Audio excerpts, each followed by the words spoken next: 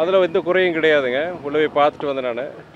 துப்பாக்கி ஏந்திய போலீஸார் எல்லாரும் நல்லா அதெல்லாம் வந்து எந்த குறையும் கிடையாது. எங்களை தோழர்களை சந்திச்சு நான் ஏதாவது குறைகள் இருக்கான்னு கேட்டேன். எந்த குறைகளும் கிடையாது. எல்லாம் சிசிடிவி எல்லாம் அந்த கேமரா எல்லாமே ஃபங்க்ஷன் ஆகிட்டு இருக்கு. எந்த இதுலேயும் பிரச்சனை கிடையாது. இப்போ புதுசாக வந்து சொல்லியிருக்காங்க, ஒரே ஒரு எல்லாத்துக்கும் பொதுவான ஒரு ஒரு கேமரா வச்சு, அந்த ஸ்ட்ராங் ரூம் முன்னாடி கேமரா வச்சு அந்த இதையும் பார்த்தேன் நான். அது நல்லா இயங்கிட்டு இருக்கு. எந்த குறையும் கிடையாது. மற்றபடி வேறு ஏதாவது கேள்விகள் இருந்தால் இல்லை, ஒரு சில இடங்களில். பட் இங்கே திருச்சியை பொறுத்த வரைக்கும் எந்த குறையும் கிடையாது. முதல்லேருந்து இங்கே எந்த பிரச்சனையும் கிடையாது. தமிழ்நாட்டில் மற்ற இடங்களில் ஈரோட்டையும் சரி, மற்ற இடங்களில் சில இந்த மாதிரி சில நேரங்களில் வந்து அந்த கேமராக்கள் சரியாக வேலை செய்யலைன்னு சொல்லி ஒரு குறைபாடு இருந்தது. திருச்சியை பொறுத்த வரைக்கும் அந்த மாதிரி எந்த குறைபாடும் கிடையாது. மற்ற மாநிலங்களில் தேர்தல் நடக்குது. பிரதமருடைய பிரச்சாரத்தை வந்து தொடர்ந்து வந்து எதிர்கட்சி விமர்சனம் செஞ்சுருக்காங்க. அவரும் வந்து பிரிவினை ஏற்படுத்துகிற மாதிரி ஒரு பிரச்சாரம் செய்கிறாங்க. அது தொடர்ந்து பிரதமருடைய பரப்புரை எப்படி இருக்குதுன்னு நம்ம சொல்லணுமோ. எதிர்கட்சிகளுடைய அவங்க குறை சொல்கிறாங்கிறத விட நம்முடைய நாட்டினுடைய பிரதமருக்குண்டான ஒரு தகுதியோடு அவருடைய செயல்பாடுகள் இருக்கணும், அவருடைய பேச்சுகள் இருக்கணும்.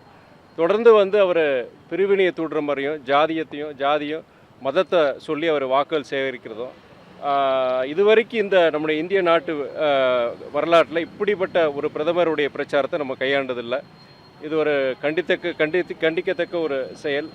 அதாவது தேர்தலோட விதிமுறைகள் படி நீங்கள் மதத்தை வச்சு ஜாதியை வச்சு சுட்டி காட்டி பரப்புரை பண்ணக்கூடாதுன்னு எலெக்ஷன் கோட் ஆஃப் கான்டக்டே இருக்குது. ஆனால் தொடர்ந்து ஒரு நாளில் 2 நாளில் அது நாளாக அது மாதிரியுடைய பிரச்சாரம் வந்து மோசமாக தான் போயிட்டுருக்குன்னு சொல்ல முடியும். இது குறித்து தேர்தல் ஆணையத்தினுடைய எல்லா எதிர்க்கட்சி தலைவரும் கம்ப்ளைண்ட் பண்ணியிருக்காங்க. ஆனால் இதுவரைக்கும் நீங்கள் எலெக்ஷன் கமிஷன்லேருந்து தேர்தல் ஆணையத்திலேருந்து அதை கண்டித்து அவருடைய நம்முடைய பிரதம மந்திரிக்கு மோடி அவர்களுக்கு ஒரு இது வரைக்கும் கூட இல்லை. பொதுவாக பாஜகங்கிற இயக்கத்துக்கு அவங்க சொல்லியிருக்கிறாங்க, நோட்டிஃபிகேஷன் கொடுத்துருக்காங்களே தவிர நம்முடைய பிரதம மந்திரி மோடி அவர்கள் இப்படி பேசக்கூடாது, இந்த மாதிரி செயல்படுவது சரியல்லங்கிற அந்த ஒரு இதை வந்து எலெக்ஷன் கமிஷன் தேர்தல் ஆணையம் இது வரைக்கும் சொல்லலை. அது ஒருதலை பட்சம் தொடர்ந்து நாங்கள் சொல்லிட்டு தான் இருக்கோம். தேர்தல் ஆணையம் ஒருதலை பட்சமாக செயல்பட்டு இருக்கு. அதோடைய இதுதான்.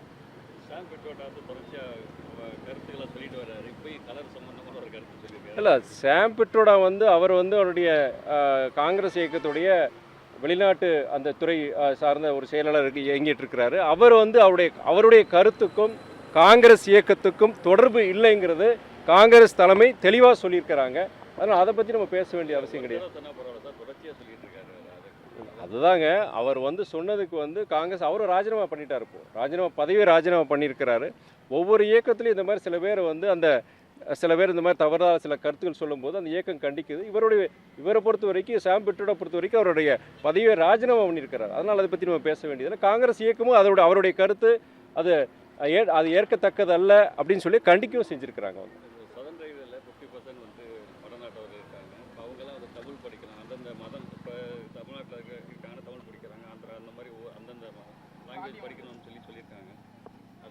அதாவது நானும் படித்தேங்க.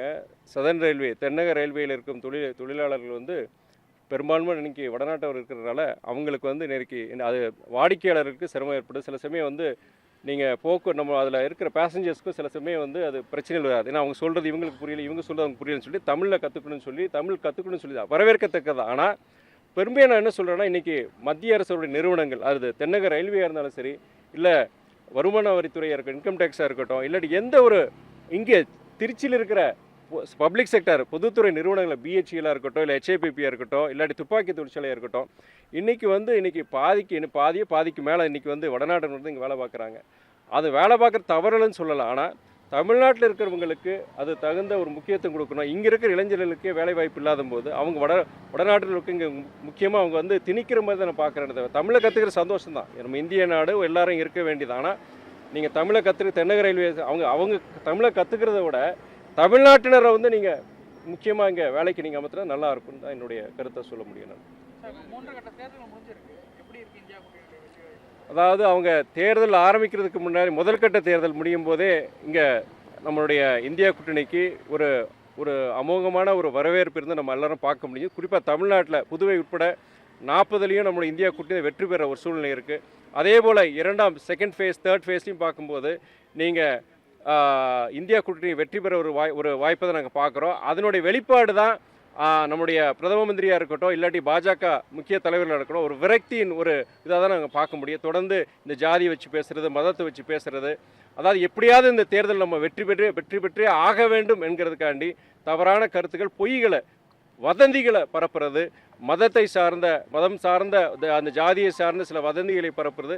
காங்கிரஸுடைய வாக்குறுதிகளை பொறுத்த வரைக்கும் நல்ல வாக்குறுதி கொடுத்துருக்காங்க. ஆனால் அதை திரிச்சு வேறு மாதிரி நாங்கள் சிறுபான்மையினருக்கு மட்டுமே ஒரு ஆதரவாக செயல்படக்கூடிய ஒரு கூட்டணிங்கிற மாதிரி தவறான பிரச்சாரங்களை இது பண்ணுறது, இதெல்லாம் நம்ம பார்க்கலாம். இதெல்லாம் என்னென்னா அவங்களுடைய பாஜக பொறுத்த வரைக்கும் அவங்க தோல்வி உறுதியாயிருச்சு, தோல்விக்குண்டான காரணங்களை தேடிட்டு இருக்கிறாங்க.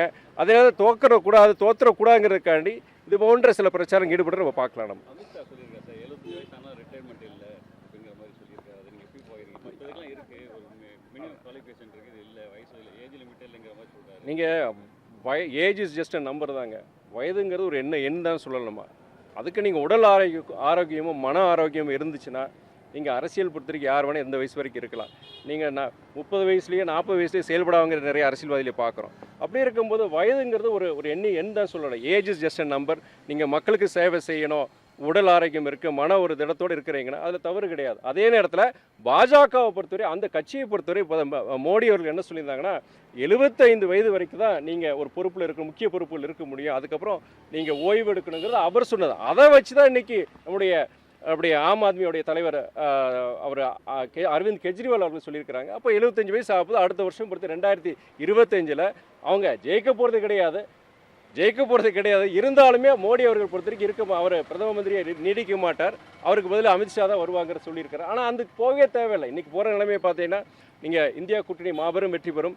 சகோதரர் ராகுல் காந்தி அவர்கள் பிரதமராக வரதுக்கு உண்டான எல்லா இதையும் நமக்கு தெரியுது, சமீட்சைகள் தெரியுது அப்படின்னு நம்ம எடுத்துக்க முடியும். அது ஒரு நீதிக்கு கிடைத்த வெற்றி, எங்கள் இந்திய கூட்டணிக்கு கிடைத்த வெற்றி. அவர் வெளியே அவர் டெல்லி மக்கள் பொறுத்த வரைக்கும் ஒரு அமோக ஒரு மிக சிறப்பான ஒரு வரவேற்பை கொடுத்துருக்குறாங்க. அந்த வரவேற்பை பொறுத்த வரைக்கும் இந்த கைதை கண்டித்து இந்த பாஜக அரசை கண்டிக்கிற ஒரு இதாக தான் நாங்கள் பார்க்குறோம்.